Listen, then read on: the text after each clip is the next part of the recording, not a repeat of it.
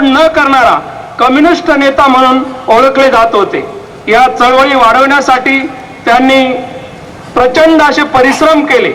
त्यांनी सुरगाणा, पेठ, हर्सूल, इगतपुरी आदिवासी भागामध्ये स्वतः फिरून त्या परिसरातले अतिशय ध्येयनिष्ठ असे कार्यकर्ते त्या ठिकाणी निर्माण केले आणि जनहितासाठी या कार्यकर्त्यांची संघटना, त्यांचं मोहोळ बांधून आदिवासी भागातील जनतेच्या हितासाठी लढे उभारले.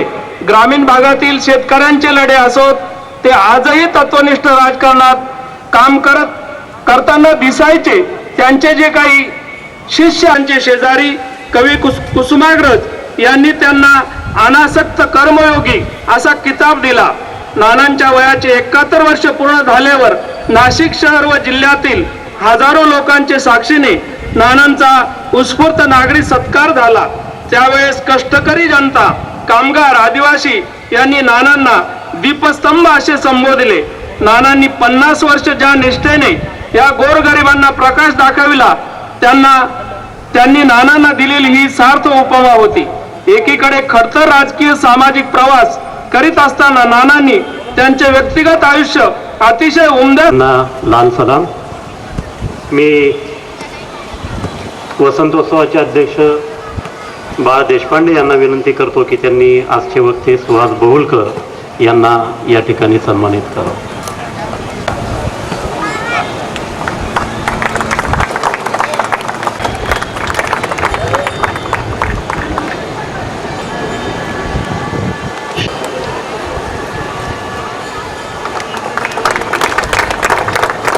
विजय काकड यांना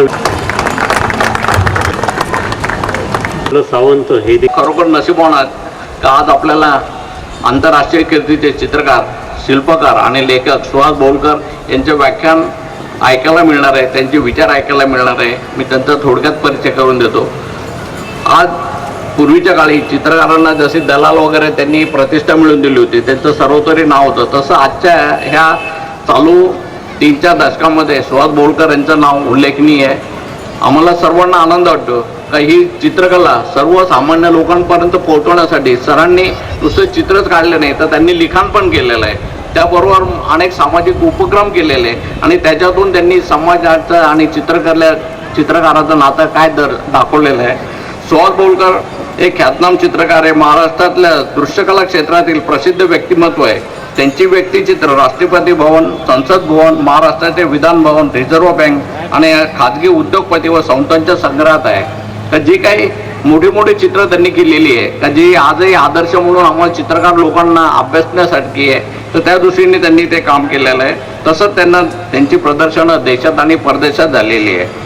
असून राष्ट्रीय आंतरराष्ट्रीय चित्रकार त्यांना पारितोषिकं मिळाले आहे. देशात होणाऱ्या अनेक कार्यशाळांमध्ये कलावंत व व्याख्याते म्हणून सहभागी झालेले आहेत. याशिवाय त्यांनी सहकार्यांच्या मदतीने मोठे प्रकल्प केले असून त्यात चित्रकूट येथील रामदर्शन हा प्रकल्प ख्यातनाम आहे आणि त्याचं उद्घाटन अटलजी बिहारींनी केलं होतं. आजही आपल्याकडचे लोक जेव्हा चित्रकूटला जातात तेव्हा ते चित्र प्रदर्शन बघितल्यानंतर हे काम एकट्या माणसाचं नाही, तर त्यांनी अनेक त्यांचे जे सहकारी होते त्यांना घेऊन त्यांनी ते केलेलं आहे. या व्यतिरिक्त एक सामाजिक बांधिलकी या दृष्टिकोनातून जहांगीर आर्ट गॅलरीमध्ये फंड रेजिंगच्या दृष्टीने जे मास्टर स्ट्रोक म्हणून जे प्रदर्शन भरवतात दरवर्षी, जे स्मृती गेलेले चित्रकार आहेत जुने, तर त्या चित्रकारांच्या घरी जाऊन त्यांच्या पालकांना सांगून ती चित्र गोळा करून त्याचं फ्रेमिंग वगैरे करून त्याचं प्रदर्शन भरवलं जातं.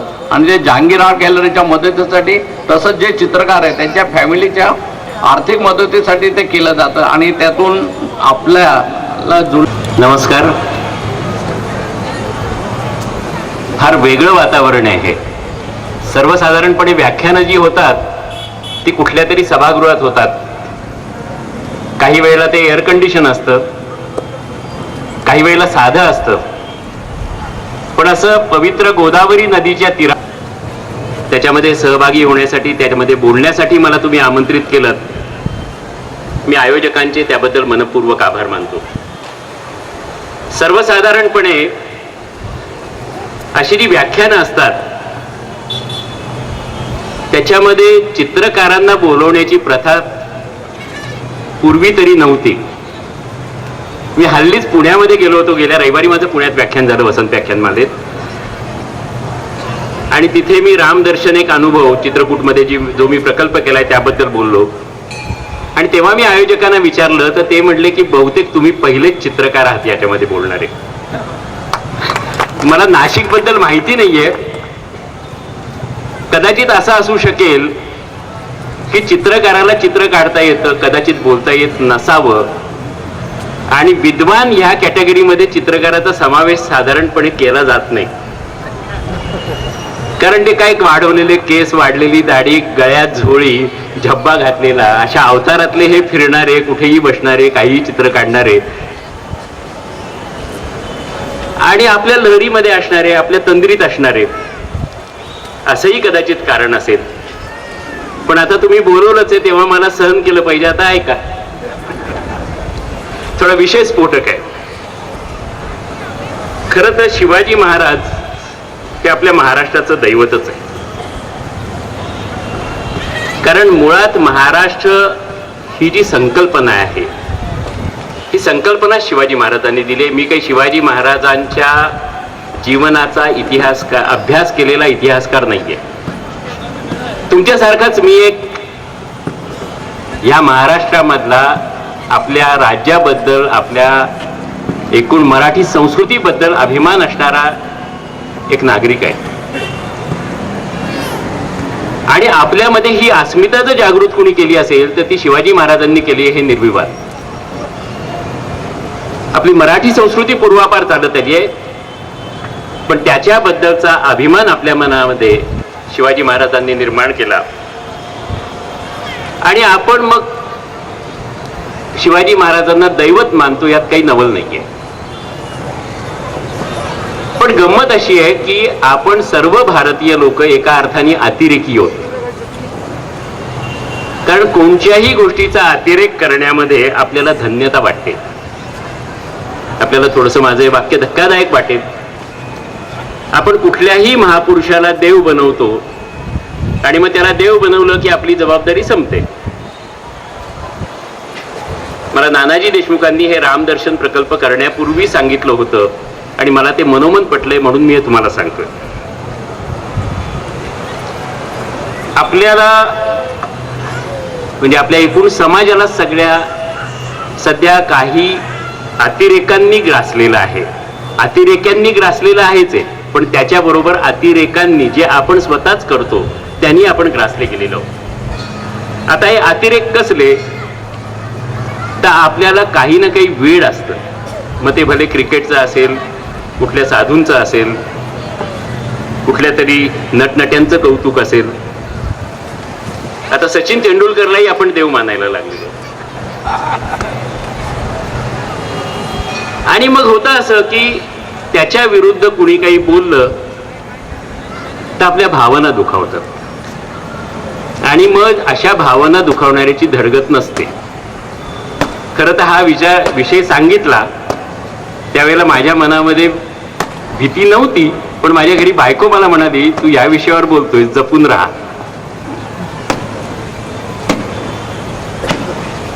एक गंमत म्हणून सांगतो की स्वर्गातून शिवाजी महाराजांनी जर आपल्या या महाराष्ट्र राज्यावर वरतून बघितलं तर त्यांना आपल्या या मराठी मुलखावर महाराष्ट्रातल्या प्रत्येक गावात एक तरी पुतळा नजरेस पडेल, किमान एक पुतळा. कधी तो अर्ध पुतळा असतो तर कधी त्यांना घोड्यावर बसवलेलं असतं. क्वचित उभा पुतळाही आपल्याला दिसतो. आता नाशिकमध्ये जर बघितलं तर नाशिकमध्ये मी 4 पुतळे तरी बघितलेत. वेगवेगळ्या प्रकारे शिवाजी महाराज घोड्यावर बसलेत आणि दौडत निघाले. CBS कडनं पुढे आलो आणि एक पुतळा बघितला, घोड्याचे दोन्ही पायावर उंचावलेले आहेत, अतिशय आवेशपूर्ण असा पुतळा आहे. पण त्याच्या पुढे ना एक शिडी लावून ठेवलेली आहे. जाताना आपण कधीतरी बघा, नाशिक करत आहात तुम्ही. आता ही शिडी कशासाठी लावून ठेवलेली आहे हा मला प्रश्न पडतो. तुम्हाला कदाचित वाटेल की याचा आणि या विषयाचा संबंध काय. मला जसं शिडी का लावून ठेवली हा प्रश्न पडला तसाच प्रश्न अरबी समुद्रात कृत्रिम बेट करून शिवाजी महाराजांचं स्टॅच्यू ऑफ लिबर्टीशी स्पर्धा करणारं स्मारक करण्याची दिव्य कल्पना या महाराष्ट्रामध्ये का निर्माण झाली, हा मला एक कलावंत म्हणून पडलेला प्रश्न आहे. त्याबद्दल मी नंतर बोलणारच आहे, पण त्यापूर्वी काही गोष्टी या मला स्पष्ट केल्या पाहिजेत आणि काही गोष्टींवरचं जे भाष्य आहे ते संपवून मी त्या मुख्य विषयाकडे वळणार आहे. आता ही जी शिडी असते, त्या शिडीमधून कुणाचाही पुतळा हल्ली सुटत नाही. मग ते बाबासाहेब आंबेडकर असोत, एखाद उंच करून घटनेबद्दल सांगणारे, महात्मा फुले असोत, लोकमान्य टिळक असोत, सावरकर असोत, सगळ्यांच्या बाजूला शिडी आहे. आणि ही प्रथा साधारणपणे 1970च्या दरम्यान सुरू झाली. त्यापूर्वी ही प्रथा नव्हती. पुतळ्याला हार घालायचा त्या दिवशी तात्पुरती शिडी आणली जायची किंवा उभी केली जायची आणि हार घातला जायचा. 1970 नंतर ही प्रथा सुरू झाली आणि पहिल्यांदा जी शिडी उभी झाली ती पुण्याला ससून हॉस्पिटलच्या समोरच्या आंबेडकरांच्या पुतळ्याच्या बाजूला. आता याच्यामध्ये दुसरा एक गमतीचा भाग म्हणजे तो पुतळा जेव्हा उभा राहतो त्यावेळेला त्या पुतळ्याच्या खाली जी नावं लिहिलेली असतात, ती जी उद्घाटनाच्या वेळेला दगड लावला जातो कोरलेला, नावं कोरलेला, त्याच्यामध्ये त्या गावातल्या सरपंचापासून ते उद्घाटन कुणी केलं त्याच्यापर्यंत सगळ्यांचं नाव असतं, पण पुतळा निर्माण करणाऱ्या शिल्पकाराचं नसतं. ही आपली संस्कृती आहे. हे जाता जाता केलेलं भाष्य आहे माझं. ही शिडी बघून आम्हाला आहे ना, म्हणजे मी त्यावेळेला शिकत होतो, शाळेतनं नुकताच बाहेर पडलेलो, चित्रकलेचं शिक्षण घ्यायला लागलेलो, आणि आम्हाला सर्व मित्रमंडळींना प्रश्न पडायचा की अरे ही शिडी का उभी केली. तर माझा विनोद गुरुजी नावाचा एक मित्र, जो आता फार मोठा आर्ट डायरेक्टर आहे, हिंदी बॉलिवूडमध्ये त्यांनी धूम 1 धूम 2चं आर्ट डायरेक्शन केलंय, पण तो त्यावेळेला गमतीने बोलला ते मला आज आठवतंय. तो म्हणला की बाबासाहेब आंबेडकर असोत किंवा शिवाजी महाराज असोत, म्हणजे घोड्यावरचे शिवाजी महाराज असोत किंवा बाबासाहेब आंबेडकर हात वर केलेले असोत, दिवसभर लोकांना सांगून ते दमले की रात्री शिडीवरनं खाली उतरतात, बागेत विश्रांती घेतात आणि परत सकाळी आपल्या जागेवर जाऊन बसतात. त्यातला गमतीचा भाग सोडा, पण आपल्याला हेही कळत नाही की आपण त्या पुतळ्याचं सौंदर्य बिघडवतोय. हा पुतळा लोकांनी ते व्यक्तिमत्व समजावून घेण्यासाठी तयार केलेला आहे, त्या व्यक्तिमत्वाचा आदर्श ठेवण्यासाठी तयार केलेला आहे. आणि नाशिकमध्ये बघितलं तर घोडा मार एकदम झेपावलेला आणि पुढे ती शिडी, त्याच्या मागे शिवाजी महाराज आणि घोड्याचा आवेश झाकलाच जातोय. 2-4 कार्यक्रम 8 जण होते. नुकताच मी अहमदनगरला गेलो होतो काही कामानिमित्त. तर अहमदनगरला शिवाजी महाराजांच्या मागे प्रतिभश्चंद्र लेखवती जी काय मुद्रा आहे ती सर्व लावलेली, आणि त्याच्या बाजूला एवढा मोठा सूर्याचा भडक लाल रंगामध्ये आकार रंगवून ठेवला होता की त्याच्या पुढे शिवाजी महाराज दिसतच नव्हते. आणि शिवाजी महाराजांचा पुतळा ब्रॉन्झ कलरचा, त्याच्या बाजूला एक जाडजूड शिडी, कारण हार घालायला मंत्र्यांच्या बरोबर त्यांचे चेले चपाटेही जात असणार वरती, त्यामुळे शिडी जाड होती आणि त्याला पांढरा रंग दिलेला होता, त्यामुळे पुतळा दिसतच नव्हता. त्या सूर्याची लाल फक्त अशी जी काही किरण आहेत ती, आणि पुढे ठेवलेली शिडी. आता महाराष्ट्रामध्ये असे पुतळे अनेक आहेत, त्यांचा उपयोग काय होतो हा एक चिंतनाचा विषय आहे. माझं एक निरीक्षण आहे ते सांगतो की त्यापासून आदर्श कदाचित कुणी घेत असतील तर असतील, पण त्याचा उपयोग सर्वसाधारणपणे जयंतीला किंवा पुण्यतिथीला हार घालायला होतो, पण त्यानंतर ते सुकलेले हारही कुणी काढायची तसदी घेत नाही, शिडी असूनही. ही खरोखरी अत्यंत गंभीर गोष्ट आहे. आम्ही भारतीय स्वतःला आमची संस्कृती महान आहे असं म्हणवतो, आपण कुठल्या पद्धतीने आपली संस्कृती जपतो याच्याबद्दल विचार केला पाहिजे. आता शिवाजी महाराजांचं स्मारक झालंच पाहिजे या बाबतीत शंका नाहीये अजिबात, कारण गावोगावी पुतळे असले तरी महाराष्ट्रामध्ये शिवाजी महाराजांचं व्यक्तिमत्व व्यक्त करणारं भव्य दिव्य असं एकही स्मारक आजपर्यंत झालेलं नाहीये. मला इंग्रजांच्या काळात शिवाजी महाराजांचं नाव घेणं कठीण होतं, लोकमान्यांनी शिवजयंती उत्सव सुरू केला, सार्वजनिक प्रकारे तो केला जाऊ लागला, पण इंग्रजांची वाकडी नजर त्याच्यावर होती. पण आज स्वातंत्र्य मिळाल्याला आपल्याला किती वर्ष झाली आहेत? महाराष्ट्र राज्य स्थापन झाल्याला 50 वर्ष उलटून गेलेली आहेत. गावोगावी आपण फक्त पुतळे उभे करतोय ते कावळ्यांना बसण्यासाठी, आणि त्यामधून कुठल्या प्रकारची प्रेरणा मिळते याचा खरंच विचार केला पाहिजे. महाराष्ट्र राज्याने योजना अशी केली म्हटल्यावरती पेपरमध्ये वाचल्यावर मला खरोखरी अतिशय आनंद वाटला. आणि तो आनंद यासाठी वाटला की अशा पद्धतीचं काहीतरी भव्य दिव्य करावं असं महाराष्ट्र शासनाला सुचलंय, असं आपण जे निवडून देतो त्या लोकप्रतिनिधींना वाटते. सर्व पक्षाच्या लोकप्रतिनिधींचं कधी नव्हे ते याच्यावर एकमत आहे. आणि ते स्मारक कशा प्रकारचं असावं याच्याबद्दलची एक पुस्तिका महाराष्ट्र राज्याचा 50 वर्षाचा जो सुवर्ण महोत्सवी कार्यक्रम राष्ट्रपतींच्या उपस्थितीत केला त्यावेळेला वितरित केली होती. मला त्या कार्यक्रमाला आमंत्रण होतं म्हणून मी गेलो होतो, आणि त्या पुस्तिकेमध्ये जे मी वाचलं ते तुम्हाला वाचून दाखवतोय. त्यातला काही अंश आहे. ज्यांच्या केवळ स्मरणानं अनेकांची स्फुल्लिंगे चेतून उठतात ते हिंदवी स्वराज्याचे संस्थापक आणि महाराष्ट्राचे आराध्य दैवत छत्रपती शिवाजी महाराज. महाराष्ट्राचा मान सन्मान, महाराष्ट्राची शान आणि महाराष्ट्राचा अभिमान ही सारी बिरुदावलं महाराजांच्या कर्तृत्वापुढे फिकीच पडतात. अशा या उत्तुंग कर्तृत्वाच्या महामानवाचं स्मारक देखील तितकंच उत्तुंग असावे या भावनेनं महाराष्ट्र शासन छत्रपतींचं आंतरराष्ट्रीय दर्जाचं स्मारक मुंबईतल्या अरबी समुद्रात उभं करत आहे. गिरगाव येथील सुभाषचंद्र बोस मार्गावरील पोलीस जिमखान्यासमोर अरबी समुद्रात 1 किलोमीटर अंतरावर हा पुतळा बसवण्याचे निश्चित करण्यात आले आहे. मरीन ड्राईव्ह नजीकची ही जागा मलबार हिल, गिरगाव चौपाटी आणि मरीन ड्राईव्ह यांनी घेरलेली आहे.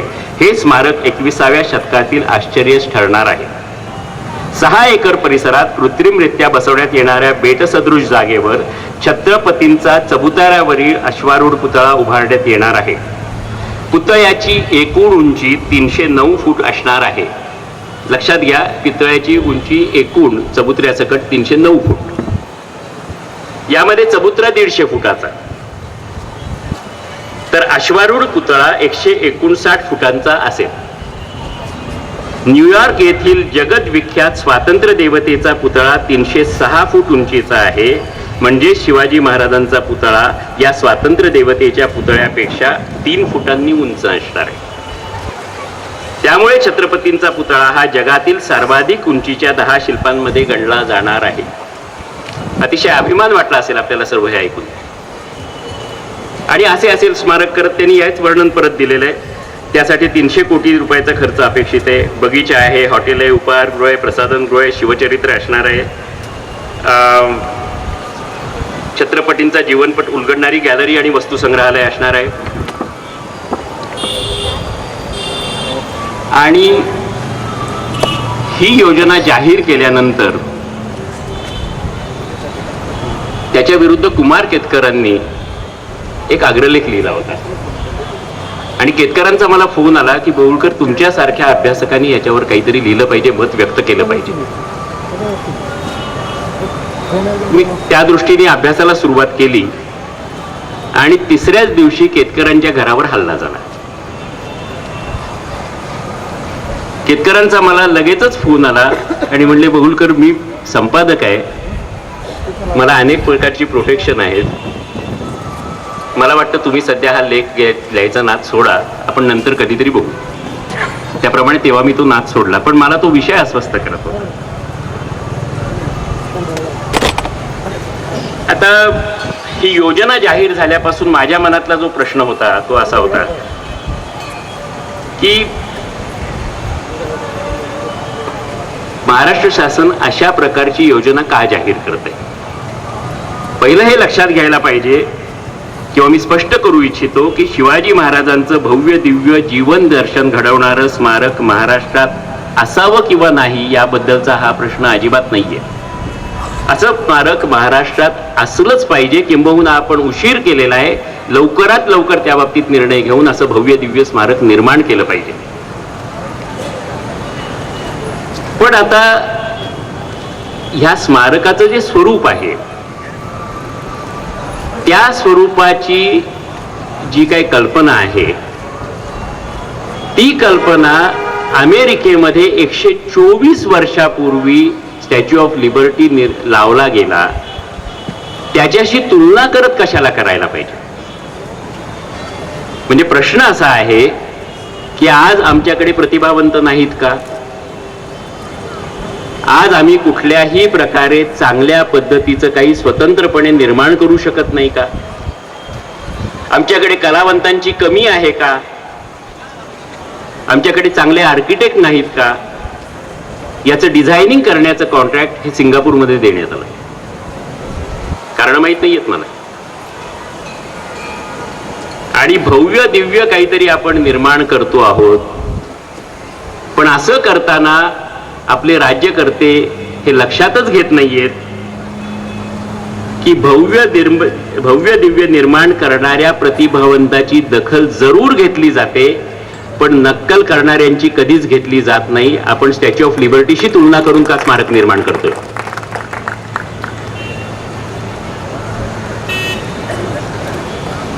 आता थोडंसं मला असं वाटतं की आपण एक शिवाजी महाराजांची प्रतिमा,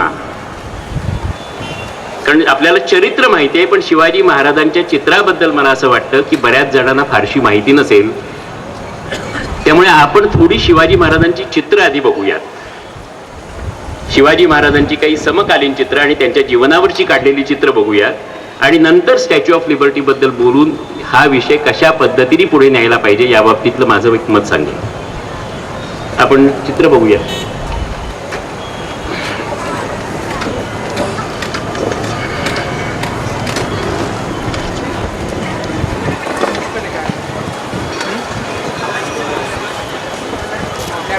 करा बरं, इथे दिसेल का? पण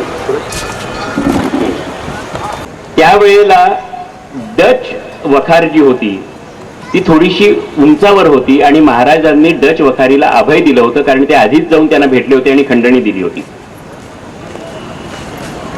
आणि ती उंचावर असल्यामुळे अचानक शिवाजी महाराज त्या वखारीत पोहोचले, कारण कशा पद्धतीने सगळं काम चाललेलं आहे, त्यांनी नेमून दिलेली कामगिरी आपले सैनिक करतायत हे बघण्यासाठी ते उंचावर पोहोचले डच वखारीमध्ये, आणि तिथे ते उभे राहिले. आणि ते बघत असताना कुणीतरी त्यातला चित्रकार होता, त्यांनी जल्दीने हे चित्र रेखाटलेलं आहे. याच्यामध्ये कुठल्याही प्रकारे ग्लोरिफिकेशन नाहीये. हे शिवाजी महाराज कसे दिसतात याचं चित्रकाराला ते दर्शन झाल्याबरोबर जी काही त्याच्या मनात भावना निर्माण झाल्या की अरे हे आपण काढून ठेवलं पाहिजे, आणि म्हणून त्यांनी केलेलं हे ड्रॉइंग आहे.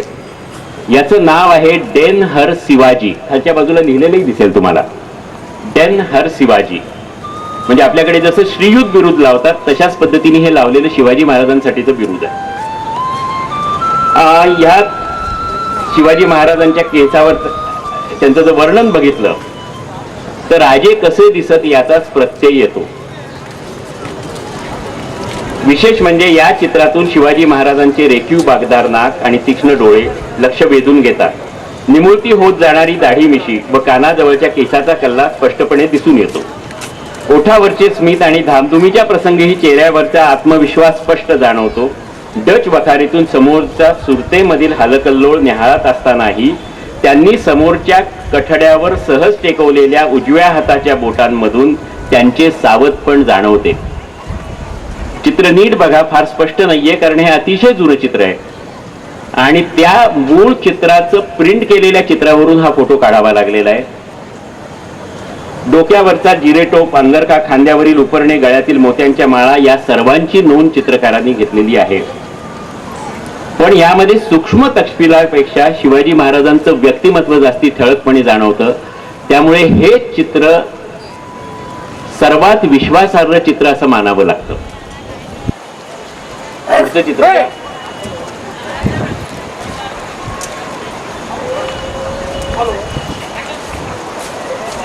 या व्यतिरिक्त काही काही शिवाजी महाराजांची चित्र काढलेली आहेत, त्याचा मी थोडक्यात तपशील देतो आणि मग या चित्राबद्दल बोलतो. की आर्म्स फ्रॅगमेंट नावाचा एक ग्रंथ प्रकाशित झाला, त्याच्यामध्ये शिवाजी महाराजांचं चित्र होतं, आणि ते चित्र अतिशय दुर्मिळ आहे, ते सहजपणे उपलब्ध होऊ शकत नाही. पण पूर्वी हे गव्हर्नमेंटनी प्रिंट केलं होतं. ही दोन्ही चित्र पाश्चिमात्य पद्धतीची आहेत. नेक्स्ट. आता ही भारतीय पद्धतीने काढलेलं चित्र आहे. आधीची जी बघितली ती वेस्टर्न स्टाईल मधली चित्र आहेत. ही भारतीय पद्धतीने काढलेले आहे.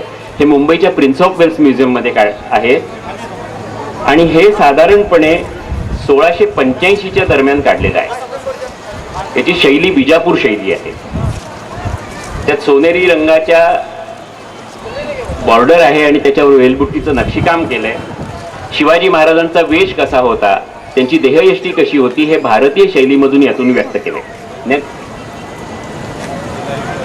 हे ब्रिटिश म्युझियमच्या संग्रहातलं चित्र आहे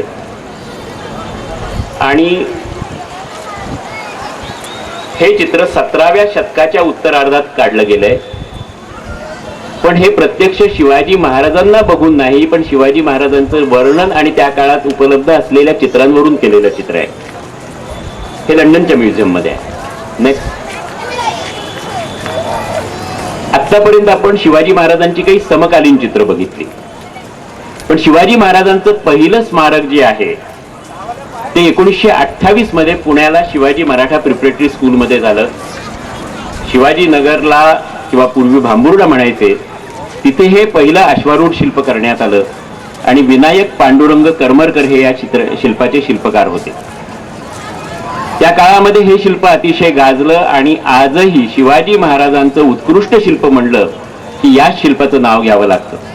त्याच्यामध्ये शिवाजी महाराजांचं सर्व व्यक्तिमत्वच नाही, तर त्यातील सूक्ष्म अवलोकन, मानवी शरीर यष्टीचा अभ्यास, त्याच्याबरोबर घोड्याचा अभ्यास, शिवाजी महाराज तलवार किती लांबीची वापरायचे, कारण घोड्यावरून जातानाची तलवार आणि जमिनीवरून युद्ध करतानाची तलवार ही वेगळ्या लांबीची असते, असे सूक्ष्म तपशील करमरकरांनी या शिल्पात दाखवलेले आहेत. शिवाजी महाराजांच्या या शिल्पाच्या मागे खूप काही इतिहास आहे आणि त्याचं एक स्वतंत्रपणे लेख करमरकरांनी लिहिला होता, एका पुतळ्याची जन्मकथा म्हणून. आणि तो लेख जिज्ञासूंनी जरूर लायब्ररीतून वाचावा, कारण त्याच्यामध्ये जातीय राजकारणापासून ते संस्थानिकांच्या लहरी स्वभावापर्यंतचे सर्व नमुने आहेत. पण करमरकरांनी हे चॅलेंज म्हणून स्वीकारलं आणि हा पुतळा एक संद ओतवला. हा पहिल्यांदा मातीत तयार केला, मग प्लास्टर बोर्ड काढला आणि सँड कास्टिंग पद्धतीने अखंड पुतळा मातीत ओतला. हे एकमेव शिल्प आहे अखंड पुतळा ओतलेलं आजपर्यंतच्या भारतामधलं. आणि 1928 साली हे शिल्प निर्माण झालेलं आहे. नेक्स्ट. आता ही काही जी चित्र आहेत ही 1934 मध्ये औंधचे महाराज बाळासाहेब पंत प्रतिनिधी यांनी एक शिवाजी हॉल बांधायचं ठरवलं होतं. आणि ह्या पद्धतीच्या ज्या काय रचना आहे याला स्टेन्ड ग्लास म्हणतात. ही काच आणि शिशाच्या पट्ट्या, काचेचे तुकडे आणि शिशाच्या पट्ट्या यातनं हे शिल्प हे चित्र तयार केलं जातं आणि हे खिडकीला लावलं जातं. प्रचंड आकाराच्या खिडक्या असतात आणि त्याला लावलं जातं आणि बाहेरचा प्रकाश त्याच्यावर पडतो आणि आतून त्या काचा झळाळून उठतात. तर हे आतून बघायचं चित्र आहे काचेवर केलेलं. हे जिजाऊचा शिवबाचा जन्म हे चित्र आहे. ते शिवाजी महाराजांचा जन्म किंवा जिजाऊचं स्वप्न.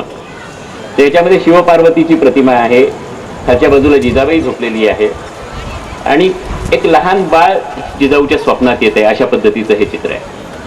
1934 मध्ये शिवाजी हॉल औंधला बांधायचा ठरवला. त्यासाठी औंधच्या महाराजांनी लंडन मध्ये असलेले हंगेरियन आर्टिस्ट अरविंद बोशानी यांना हे काम दिलं होतं. नंतर लवकरच त्यांनी संस्थान खालसा केलं महात्माजींच्या आवाहनाला अनुसरून आणि त्यांचं संस्थानिक पद धोक्यात आलं. त्यानंतर खाजगी मधून त्यांनी खूप प्रयत्न केले पण निधी उभा राहू शकला नाही. महाराष्ट्र राज्याची स्थापना झाल्यावर यशवंतराव चव्हाणांनी या बाबतीमध्ये आश्वासन दिलं होतं. आप्पासाहेब पंतांनी प्रयत्न केले होते पण हा प्रकल्प पूर्णत्वास गेला नाही. ही सर्व चित्र सध्या लंडनच्या व्हिक्टोरिया अल्बर्ट म्युझियम मध्ये, ही स्केचेस आहेत, ह्या काचेचं केलेलं नाहीये. त्याच्यासाठी काचा खरेदी करून ठेवल्या होत्या, त्यासाठी पैसे पाठवले होते. त्या काचांसकट ही सर्व चित्र, ही स्केचेस लंडनच्या व्हिक्टोरिया अल्बर्ट म्युझियम मध्ये अरविंद बोशानींचे 86 वर्षाचे चिरंजीव यो बोशानी यांनी आता ह्या बाबतीत काही होऊ शकणार नाही म्हणून त्यांच्याकडे सुपूर्द केलेली आहेत. त्यांनी फक्त एक अट घातलेली आहे की जर कदाचित हा प्रकल्प भारतात किंवा महाराष्ट्रात होऊ शकला तर त्यासाठी हे सर्व उपलब्ध करून द्यावं. आजपर्यंत काही घडलेलं नाहीये. अनेकांनी प्रयत्न केले या बाबतीमध्ये. आपण याचीच काही चित्र बघूया. या संकल्पना खूप वेगळी आहे. भारतीय विषय, शिवाजी महाराजांसारखा विषय जो पूर्णपणे लंडन मधल्या हंगेरियन आर्टिस्टला अज्ञात होता, त्यांनी कशा पद्धतीने त्याची कल्पना केली ती बघा. नेक्स्ट. हे गोरक्षण नावाचा विषय आहे. बालपणी शिवाजी विजापूरला गेले होते, त्यावेळेला गाईला मारताना त्यांनी बघितलं एका कसायाला आणि त्या कसायाला त्यांनी थांबवलं. हा विषय या चित्रामधनं मांडलेला आहे. असे 9 विषय निवडले होते. 9 फूट बाय 12 फूट आकाराच्या खिडक्या होत्या आणि त्या खिडक्यांमध्ये ही चित्र लागणार होती. नेक्स्ट. हे अशीच आमची आई असती, हे जे काव्य आहे कल्याणच्या सुभेदाराची सून या विषयावरच आहे. नेक्स्ट. आता हे जे चित्र आहे हे आग्र्याला औरंगजेबाच्या दरबारामध्ये शिवाजी महाराज, हे चित्र चित्रकार धुरंधर यांनी काढलेलं आहे. पुन्हा हे औंधच्या आणि सांगलीच्या महाराजांनी धुरंधरांना सांगितलं आणि धुरंधरांनी हा विषय रंगवलेला आहे. हे भारतीय चित्रकाराचं पण वास्तववादी शैलीतलं चित्र आहे. यात बाणेदारपणे शिवाजी महाराज औरंगजेबाला सांगतायत की मी मुजरा करणार नाही, अशा पद्धतीचं हे दृश्य आहे. हे जलरंगामधलं चित्र आहे. हे औंधच्या म्युझियम मध्ये बघायला मिळतं किंवा सांगलीच्या म्युझियम मध्येही याची प्रतिकृती आहे. नेक्स्ट. हे मुल्लर नावाचे चित्रकार, हे ख्रिश्चन चित्रकार, त्यांचं अर्ध आयुष्य भारतात गेलं आणि अर्ध आयुष्य राजस्थानात गेलं. त्यामुळे त्यांची महाराष्ट्रातही कोणी दखल घेत नाही आणि राजस्थानातही कोणी घेत नाही दुर्दैवाने. नुकताच मी जयपूरच्या राजभवनच्या कमिटीचा चेअरमन होतो, त्यांच्या कलेक्शन कमिटीचा. तेव्हा त्यांना मी सांगितलं की महाराष्ट्रातही दखल घेतली जात नाहीये, मी प्रयत्न करतोय, पण राजस्थानमध्येही तुम्ही घ्यायला पाहिजे, कारण त्यांचं निम्म आयुष्य तिथे गेलंय आणि त्यांनी शिवाजी महाराजांप्रमाणेच राणा प्रतापच्या जीवनावरची चित्र रंगवलेली आहेत. हे चित्र जे आहे ते आग्र्याच्या कैदेत असलेले शिवाजी महाराज, हेही औंधच्या म्युझियम मध्ये बघायला मिळतं. मी काही थोडीशी चित्र दाखवते शिवाजी महाराजांच्या जीवनावरची. नेक्स्ट.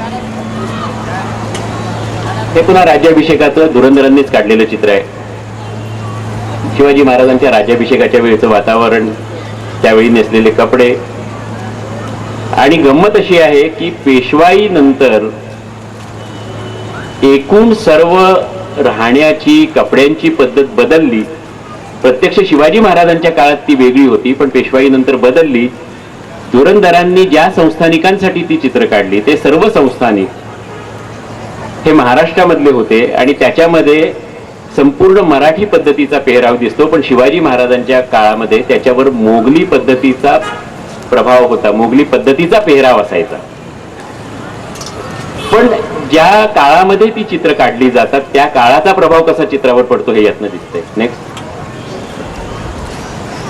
याच्यामध्ये हा प्रसंग जो आहे तो आधी लग्न कोंडाण्याचे मग रायबाचे, म्हणजे सिंहगडावर चढाई करण्यापूर्वी तानाजी शपथ घेताना दाखवलाय.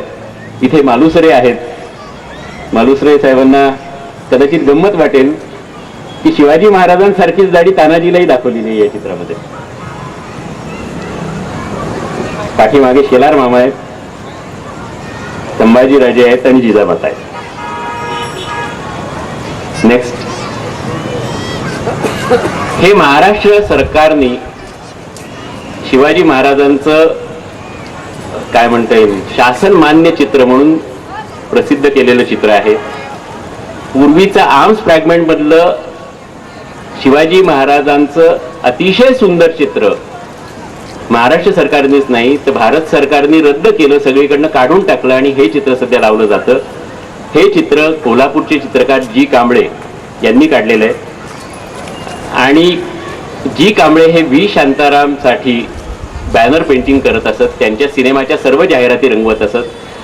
अतिशय श्रेष्ठ दर्जाचं असं जाहिरात क्षेत्राचं काम, सिनेमाच्या जाहिरात क्षेत्राचं काम जी कांबळेंनी केलं. पण त्यातली गंमत अशी आहे की हे चित्र मात्र त्यांनी सुरतेचं पहिलं जे तुम्हाला चित्र दाखवलं सुरतेच्या लुटीचं, त्यात आणि यात किती साम्य आहे ते बघा. त्यांनी त्या चित्राचीच जवळजवळ कॉपी केलेली आहे.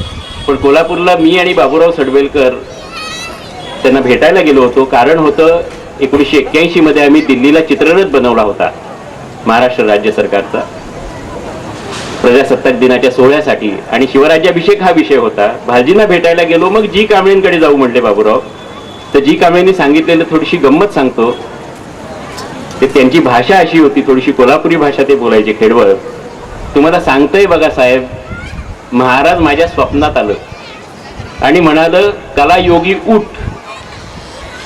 मग बरंच काही वर्णन केलं आणि शेवटची त्यांची वाक्य होती, तुम्हाला खरंच सांगतोय बघा साहेब, आई शपथ, ते त्यांच्या मुक्तामध्ये जे गरुडाचं क्यास आहे ना ते आणि गळ्यातलं मोत्याची माळ आणि कवड्याची माळ एक एक मोजून काढले.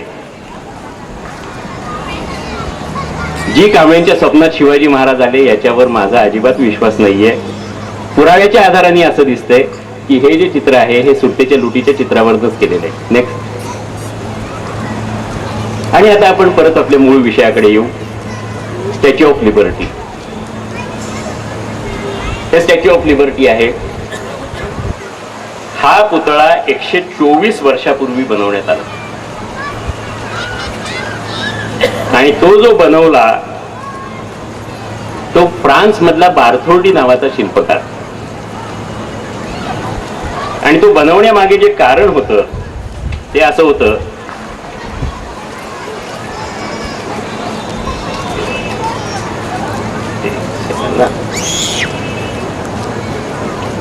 नाही लाईट नको,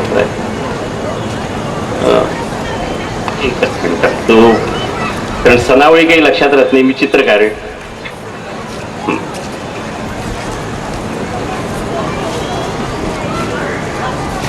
अमेरिकेच्या राष्ट्रीय स्वातंत्र्याला 100 वर्ष पूर्ण होणार होती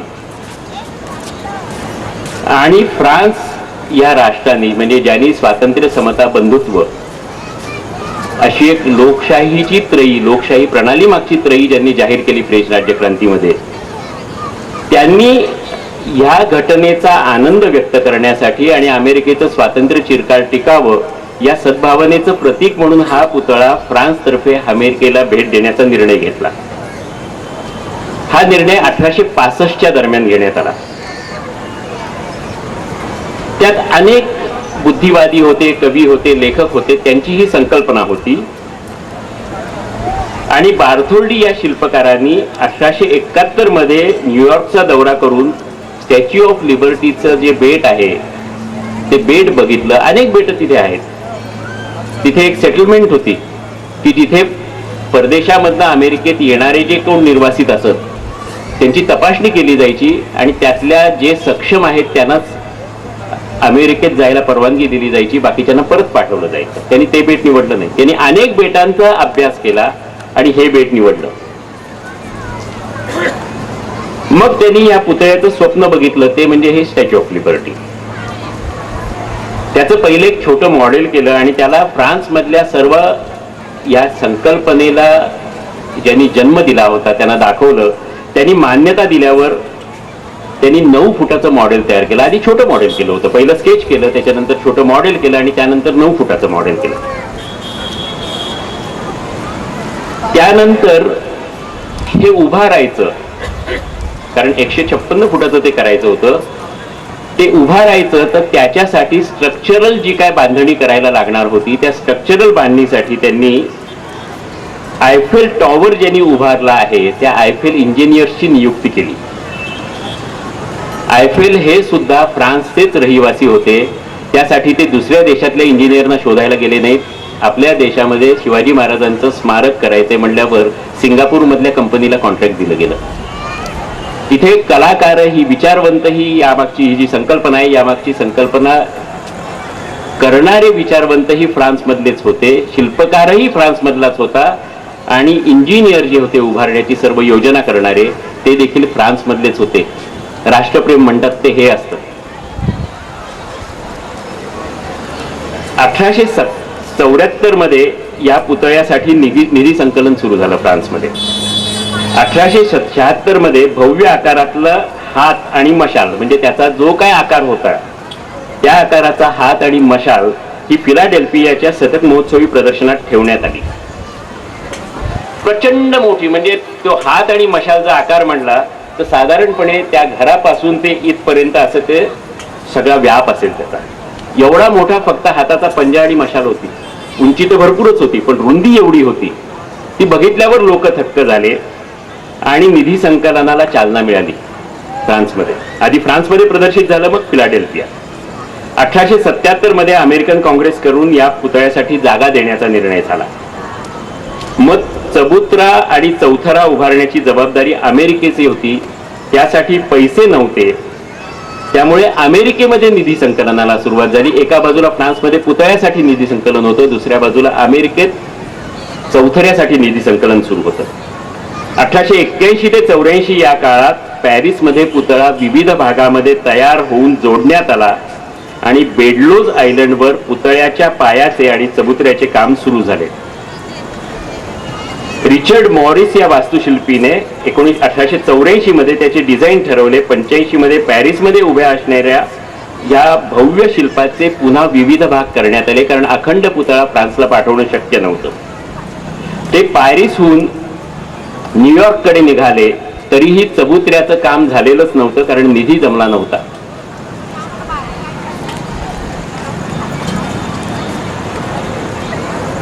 ते जे तुकडे निघाले होते बोटींमधून, ते 300 तुकडे होते. आणि खरी अडचण अशी उद्भवली की पुतळा फ्रान्सने द्यायचा आणि चबुत्रा अमेरिकेने करायचा, पण चबुत्रा तयार नव्हता. त्या काळात $2,50,000 एवढा त्याला खर्च येणार होता. पैसे जमवणे त्या काळामध्ये, आज अमेरिका कितीही श्रीमंत असली तरी त्या काळामध्ये अमेरिकेला ते अशक्य होतं. म्हणजे अमेरिकन शासनाला ते अशक्य होतं. हे बघून न्यूयॉर्क वर्ल्ड नावाचा वृत्तपत्राचा मालक जोसेफ पुलिट्झर यांनी जाहीरपणे लोकांच्या भावनेला आवाहन केलं आणि त्यांनी असं लिहिलं त्या वृत्तपत्रातनं, आणि ते अमेरिकाभर प्रसिद्ध झालं. आमच्या स्वातंत्र्याचे प्रतीक म्हणून या स्वातंत्र्य देवतेच्या भव्य पुतळ्याची देणगी येत आहे, ती स्वीकारण्याचीही ताकद आपल्यात नसावी, ही केवढी शर्मेची गोष्ट आहे. देशाच्या प्रत्येक भागात त्याने तत्कालीन प्रचार माध्यमांचा वापर करून 1885 मध्ये ही भावना पोचवली आणि लोकभावनेला आवाहन केलं. मग देशभरातून या कार्यासाठी स्वेच्छेने निधी गोळा होऊ लागला. अक्षरशः डॉलर्सचा पाऊस पडला. थोड्याच अवधीत आवश्यक ती रक्कम गोळा झाली. शेवटी ही निधी संकलन मोहीम थांबवण्यात आली आणि चबुतऱ्याचे काम झपाट्याने पूर्ण झाले. 1886 मध्ये पुतळ्याच्या विविध 28 ऑक्टोबर 1886 मध्ये हा पुतळा देशाला अर्पण करण्यात आला. आता त्याची थोडीशी मापं आहेत की तो बेडलोज आयलंड नावाच्या नैसर्गिक बेटावर आहे. ताऱ्याच्या आकाराचा किल्ला बांधण्यात आला. त्याचा पाया समुद्राच्या पाण्यावर 7 फूट उंच आहे. चौथऱ्याची उंची 52 फूट 10 इंच आहे. मग प्रत्यक्ष पुतळा ठेवला आहे. त्या चबुतऱ्याची उंची 95 फूट 2 इंच आहे. तर त्यावरच्या स्वातंत्र्य देवतेच्या पुतळ्याची उंची 151 फूट 1 इंच आहे. अशा प्रकारे समुद्राच्या पृष्ठभागावर एकूण त्याची एकंदर उंची 305 फूट 1 इंच असून हा पुतळा 3 इंच अर्धा सूत जाडीच्या तांब्याच्या पत्र्यामधनं घडवलेला आहे. तांब्याचा पत्रा यासाठी वापरला की तो पटकन वळतो. हातोड्याने ठोकून ठोकून रिपोज सिस्टीम म्हणून म्हणतात, त्या पद्धतीने तो बनवण्यात आलेला आहे. नाशिकमध्ये आपण घाटाची भांडी बघितली असतील, ती कशी तांब्याचा पत्रा ठोकून बनवली जातात, तीच पद्धत या पुतळ्यासाठी वापरली होती. थोडीशी मापं सांगतो. शिरावरच्या सूर्याच्या आकाराचा किरीट असून उंचावलेल्या उजव्या हाताची उंची 40 फूट, पंजा 16 फूट 5 इंच, तर बोट 8 फुटाचं आहे. पुतळ्यातलं एक बोट 8 फुटाचं आहे, म्हणजे कल्पना करा केवढ्या भव्य असेल.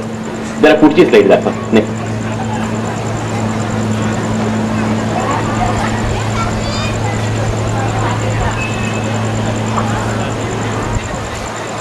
पुतळ्याची कंबर 35 फूट व्यासाची आहे. आता 35 फूट व्यास म्हणजे हे अंतर किती असेल विचार करा. त्या पायऱ्यांपासून इथपर्यंत एवढी कंबरच आहे नुसती. नाक 4-4.5 फुटाचं आहे. जिवणी 3 फूट उंच आहे, म्हणजे एक ओठ जो आहे 3 फूट असा रुंद आहे. आणि डोळा जो आहे तो 2.5 फुटाचा आहे.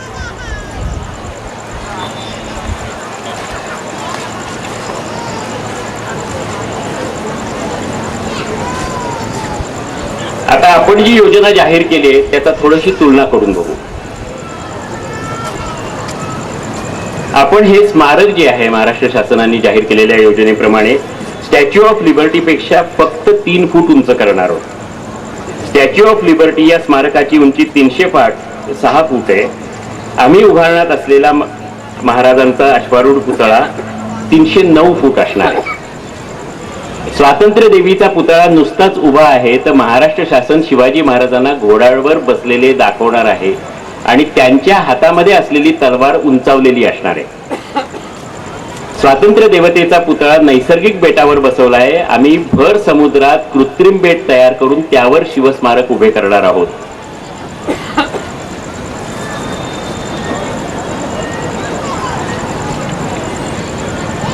आता 1886 मध्ये ज्या पुतळ्याचं उद्घाटन झालं तो हा स्वातंत्र्य देवीचा पुतळा,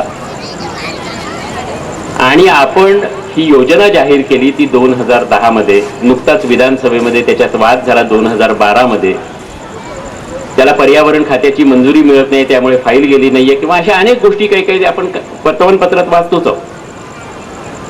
पण 124 वर्षानंतर आपण केवळ 3 फूट उंच पुतळा करून कुठल्या प्रकारची बढाई मारत आहोत? हे खरोखरी आपल्याला शोभा देतं का याचा शासनाने आणि संबंधितांनी विचार करायला पाहिजे असं मला निश्चित वाटतं. मला असं वाटतं की आपल्याही सर्वांच्या मनात हे समजून घेतल्यावर अशीच भावना असेल. जर आपल्या सर्वांना असं वाटत असेल तर कृपया हात वर करावा सगळ्यांनी. ही योजना योग्य नाही असंच मला वाटतं. मी काय त्या योजनेच्या विरुद्ध प्रचार करण्यासाठी आलेलो नाहीये, पण आपला पैसा, आपण कररूपाने देत असलेला पैसा अशा प्रकारे उधळणं योग्य आहे का? आता शिवाजी महाराजांच्या पुतळ्याची मापं कंपॅरिझनसाठी मी अंदाज करून काढलेली आहेत. माझ्या काही शिल्पकार मित्रांशी चर्चा करून आम्ही याचा खरोखरी सिरियसली अभ्यास केला. घोड्याचे पोट 41 फूट 6 इंच अंतरावर असेल बेस पासून, म्हणजे पुतळ्याचा जो पायथा आहे तो. जिरे टोपा सकट डोके 15 फूट 9 इंच असणार आहे. तलवारी सकट खांद्यापासून उंचावलेला हा 24 फूट 4 इंच अशी मापं आहेत. आणि या सर्वाची बेरीज 159 फूट होते. हा पुतळा 156 फुटाचा आहे. फक्त याच्यामध्ये स्वातंत्र्य देवता हात उंचावून मशाल घेऊन उभी आहे. तर आपण घोड्यावर बसलेले शिवाजी महाराज आणि तलवार उंचावलेली आणि त्या हातामध्ये मोठी तलवार, कारण ती घोड्यावरची तलवार ही जास्ती लांब असते, कारण जमिनीवर जर वार करायचा असेल तर ती तलवार लांब लागते. तर तशा पद्धतीची तलवार शिवाजी महाराजांच्या हातात देणार आहोत. आणि हा पुतळा स्वातंत्र्य देवतेपेक्षा मोठा कसा होणार आहे असा प्रश्न एक कलावंत म्हणून मला पडला. आता तुमच्याही मनात तो कदाचित तयार झाला असेल. आता फक्त आपण उंचावलेल्या हाताचं उदाहरण घेऊ. स्वातंत्र्य देवतेचा मशाली सकट उंचावलेल्या हाताची उंची 40 फूट आहे आणि शिवाजी महाराजांच्या पुतळ्यातील तलवारी सकट उंचावलेल्या हाताची उंची केवळ 24 फूट 4 इंच आहे. आता विचार करा, हा पुतळा स्वातंत्र्य देवतेच्या पुतळ्यापेक्षा कसा मोठा असेल?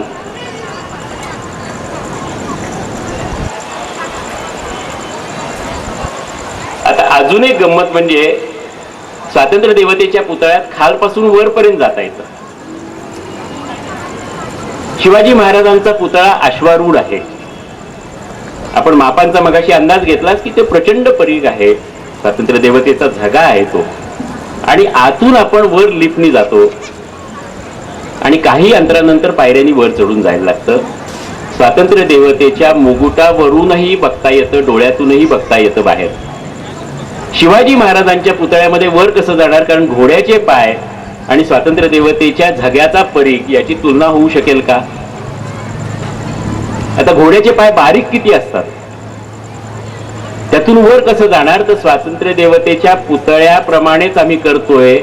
हे जाहीर करताना शासनाच्या हे लक्षात कसं आलं नाही की आतून वर जाण्याची सोय असेल? हे जाहीर केलं, आतून वर जाणार कसे?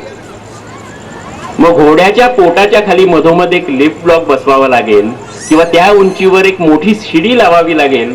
त्याच्यानंतर कदाचित आपण असंही जाहीर करू की स्वातंत्र्य देवतेच्या पुतळ्यापेक्षा आम्ही 3 फूट उंच पुतळा बनवलाच, पण त्याच्यावर चढून जाण्यासाठी त्यापेक्षा मोठी, त्यापेक्षा उंच अशी जगातली सर्वात उंच शिडी आम्ही बनवलेली आहे. म्हणजे हा किती मूर्खपणा आहे हे बघा. मूलभूत विचारच नाही.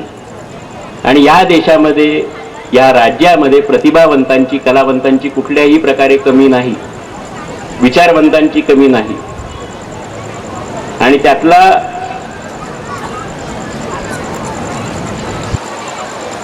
अगदी मला सगळ्यात जो ऑब्जेक्शनेबल भाग वाटतो तो 124 वर्ष उलटल्यानंतर केवळ 3 फूट आम्ही मोठा करतोय हे म्हणण्यात काय अर्थ आहे. सहज गंमत म्हणून मला आचार्य यात्रेंची आठवण झाली. इथे असलेल्या जुन्या पिढीतल्या लोकांना मी जे वाक्य वाचून दाखवते, आचार्य यात्रे काय म्हणाले असते ते निश्चित मनापासून पटेल. मीच लिहिलेला हा लेख आहे, त्याच्यामध्ये वाक्य आहे हे. आज आचार्य यात्रे असते तर निश्चितच म्हणाले असते, लाजा नाही वाटत शिवाजी महाराजांचा पुतळा स्वातंत्र्य देवतेच्या पुतळ्यापेक्षा केवळ 3 फूट उंच करता आणि फुशारक्या मारता. अरे स्वातंत्र्य देवतेपेक्षा किमान 100 फूट उंच पुतळा करा आणि घोड्यावरचे महाराजच करायचे असतील तर स्वातंत्र्य देवतेपेक्षा 1000 फूट उंच पुतळा करा, जो गेल्या 10,000 वर्षात झाला नसेल आणि पुढील 10,000 वर्षात होणार नाही. आता ही सगळी अतिशयोक्ती सोडून द्या. पण आता ह्या योजनेसाठी, पुतळ्याबद्दल आपण बघितलं, त्यासाठी कृत्रिम बेट तयार करायचं ही महाराष्ट्र शासनाची योजना आहे. मरीन ड्राईव्ह समोर 6 एकराचं बेट तयार करणार आहे.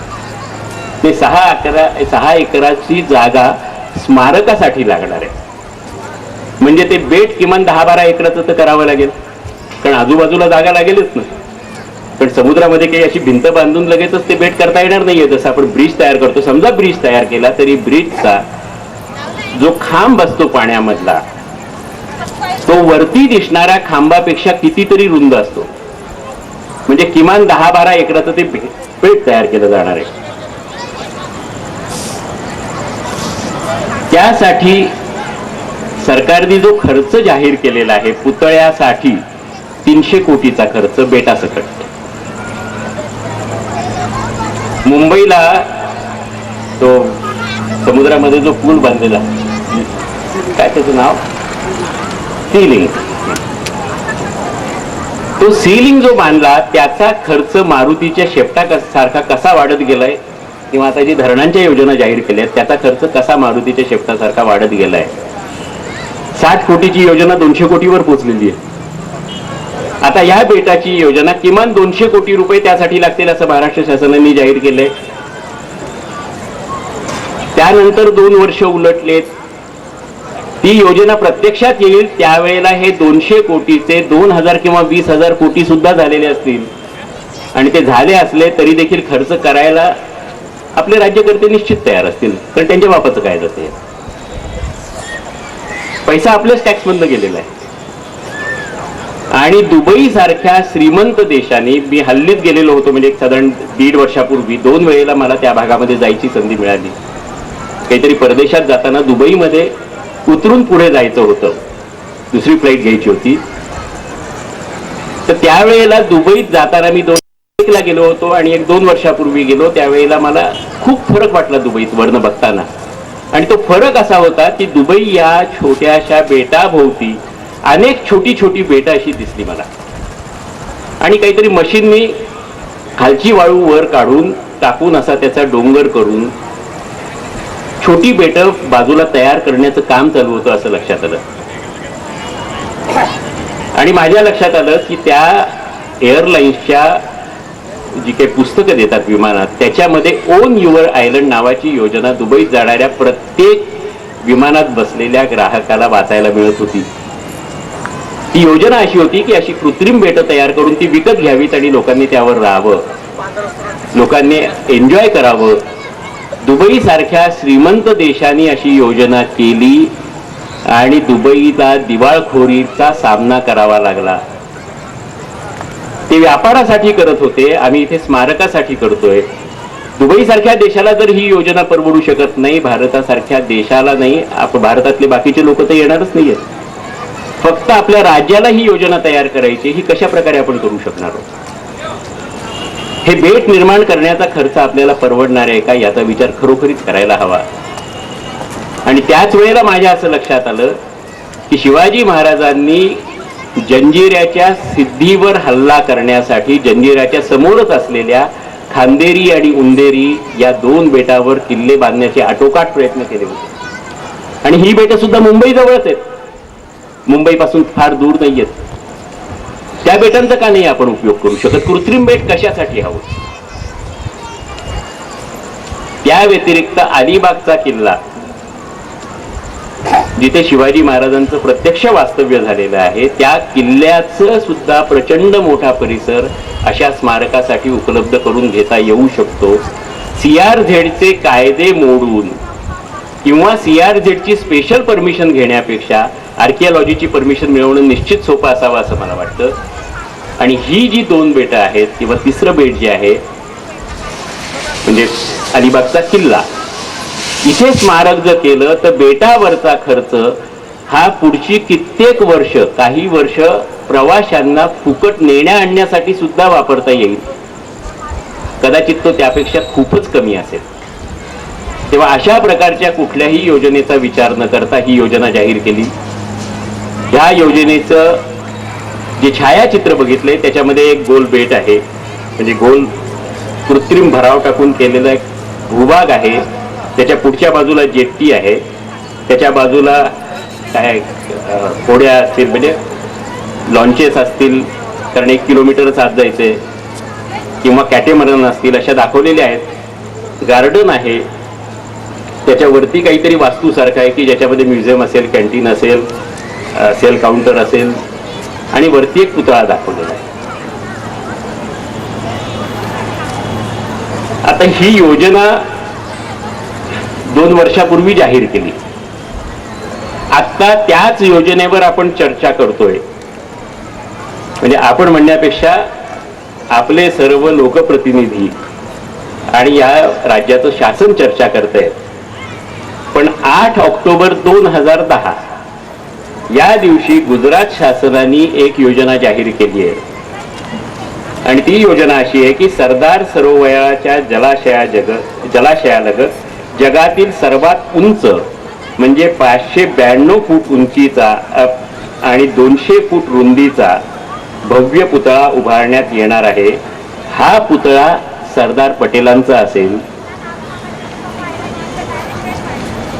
त्या पुतळा पोकळ केल्यामुळे त्यात 1.25 लाख फूट चौरस जागा मिळणार आहे. तेथे प्रेक्षागृह, संग्रहालय असे प्रकल्प लाभवून हा पुतळा निसर्ग निर्मित साधू बेटावर उभारण्यात येईल. त्या दृष्टीने टेंडर मागवण्यापर्यंत गुजरात शासनाची प्रगती झाली आहे. आणि आजही आमचं शासन म्हणते की आम्ही जगामधला सगळ्यात मोठा पुतळा उभा करत आहोत. खरंच विचार करा की शिवाजी महाराजांचा हा पुतळा जगातला मोठा पुतळा असेल का? कारण तो अश्वारूढ आहे. आणि आपण 159 फुटाबद्दल बोलतोय. गुजरात शासनाने 592 फूट उंचीच्या पुतळ्याची योजना जाहीर करून त्याची टेंडरही मागवायच्या स्टेजला ते पोहोचले. 2 वर्ष उलटली योजना जाहीर करून. आपल्याकडे ते होणार की नाही याच्याबद्दलची चर्चा चालू आहे. अजूनही आपलं शासन म्हणते की आम्ही जगातला सर्वात उंच पुतळा करणार आहोत. ही वस्तुस्थिती लक्षात घेण्याचीही त्यांना इच्छा नाहीये. एवढी जागरूकता आपल्या लोकप्रतिनिधींची आणि आपल्या शासनाची आहे. मी हे विधिमंडळाची सगळी चर्चा वाचल्याबरोबर महाराष्ट्र टाइम्समध्ये लेख पाठवला होता. हा लेख मी 2010 मध्ये लिहिलेला आहे. दीपावलीच्या दिवाळी अंकात कथा शिवचित्रांच्या व्यथा शिवस्मारकाच्या या टायटल खाली तो प्रसिद्ध झाला होता. आणि नुकताच जो माझा लेख प्रसिद्ध झाला त्याचं टायटल होतं अरबी समुद्रातील शिवस्मारक अस्सल हवे नक्कल नको. आज जो मी तुमच्याकडे विषय बोलतोय तोच विषय त्याच्यामध्ये लिहिला होता. मी त्यावेळेला बाहेर प्रवासात होतो, तो प्रसिद्ध झाला त्यावेळेला. ट्रेनमध्ये मी होतो. सकाळी 7:15 कुमार केतकरांचा फोन आला. अनेकांचे फोन आले, त्यातला कुमार केतकरांचा पहिला फोन होता म्हणून सांगतो. अनेक पत्रकारांचे आले. कुमार केतकरांनी सांगितलं, अप्रतिम लेख आहे, तुम्ही फार मोठं धाडस दाखवलंय आणि तुम्ही मांडलेले मुद्दे कुणालाही नाकारता येणार नाही, त्याच्यावर चर्चाच होऊ शकत नाही. हे स्मारक बनवणं हा मूर्खपणा आहे. असं लेख वाचल्याबरोबर कुणाही राज्यकर्त्याच्या लक्षात येईल. पण त्याच्या पुढचं त्यांचं वाक्य होतं की आपले राज्यकर्ते हे ढोंग घेतलेले आहेत. ते सत्ताधारी पक्षाचे असोत किंवा विरोधी पक्षाचे, त्यांच्यामध्ये फरक पडेल असं वाटत नाही. तरीही मी तुमच्या लेखाच्या झेरॉक्स करून सर्व संबंधितांना पाठवत आहे. त्यांनी सर्व संबंधितांना या झेरॉक्स पाठवल्या. तसा मला फोन केला, कुणाचाही आजवर मला फोन आलेला नाही. राज्यकर्ते दुर्लक्ष करून एखादा विषय कसा टाळू शकतात याचं उदाहरण म्हणून मीही आता हा विषय बासनात गुंडाळून ठेवायचा ठरवलेला आहे. धन्यवाद.